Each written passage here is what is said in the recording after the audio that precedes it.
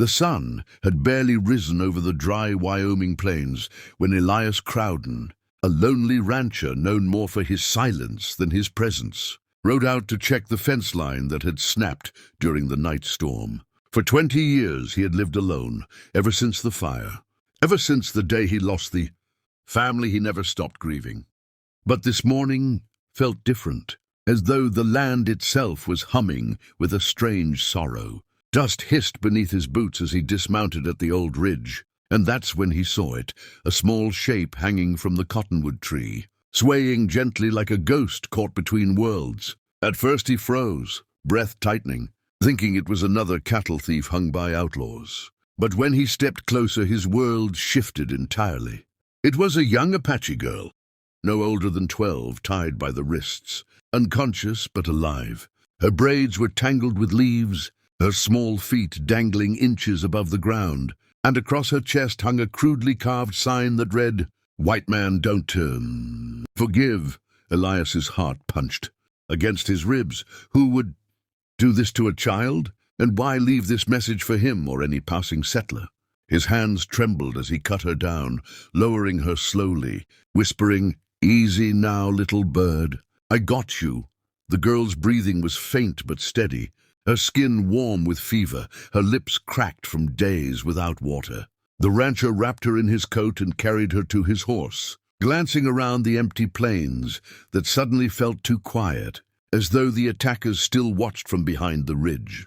As he rode back toward his ranch, the wind whipped behind him like distant war cries, and Elias knew that bringing an Apache child into a white man's homestead could start trouble, big trouble. The tension between settlers and Apache bands had been rising for years, each side blaming the other for raids, cattle losses, and blood spilled on borders no one agreed on. But looking at the girl's fragile face, Elias made a decision that would alter the course of his life.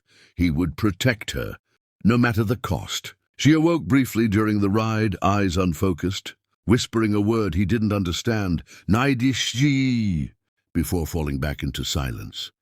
By the time they reached the ranch, the storm clouds had thickened again, rolling low across the sky like bruises, as if nature itself sensed the battle that was slowly forming.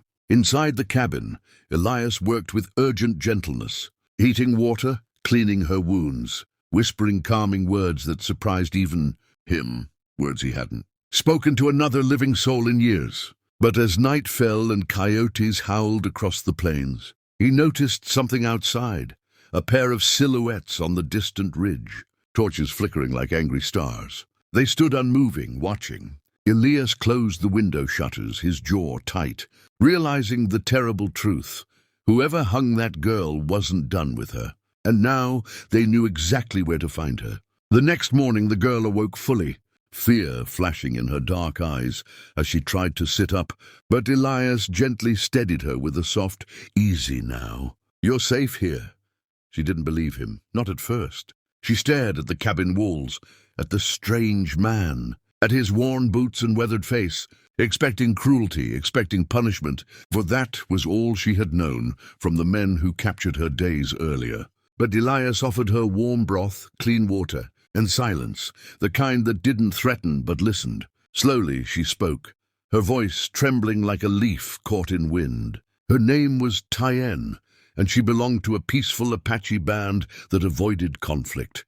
But a group of rogue settlers, angry, men who'd lost cattle, and blamed her people, burned their camp while the warriors were away hunting. Tyen had been taken, her mother wounded while protecting her, and in the chaos, Tyen heard the men shouting that they'd hang her with a message meant to incite more hatred, to force the Apache to retaliate, to start a war bigger than any of them could stop.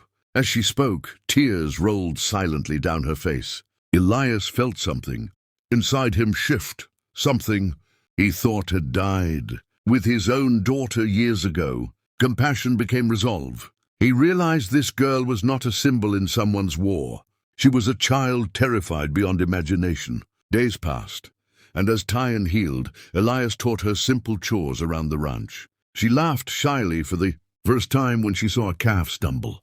While learning to walk, And that small sound filled the cabin with warmth Elias hadn't felt in decades. But the watchers on the ridge returned every night, their torches burning brighter, closer. Their message clear: hand the girl over or face the consequences. One night, the leader of the rogue band rode straight to Elias's gate, slamming his fist against it, yelling that he knew the Apache girl was inside. "Give her up, Crowden. White men don't forgive." Elias stepped out slowly, shotgun at his side, eyes cold as the winter river. "Maybe you don't," he said, voice low, "but I do." The confrontation exploded into chaos when the rogue settlers tried to break in. But before they could attack, arrows sliced through the darkness. Apache warriors emerged from the shadows. Surrounding the ranch, Tayan's father, a respected scout, stepped forward, his gaze fierce, yet filled with painful gratitude. They had tracked their missing child for days, and Elias's protection had saved her life. The rogue settlers fled instantly, their courage melting in the presence of warriors.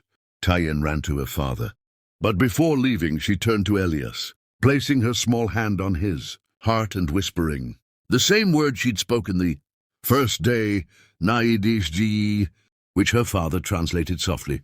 "Hope."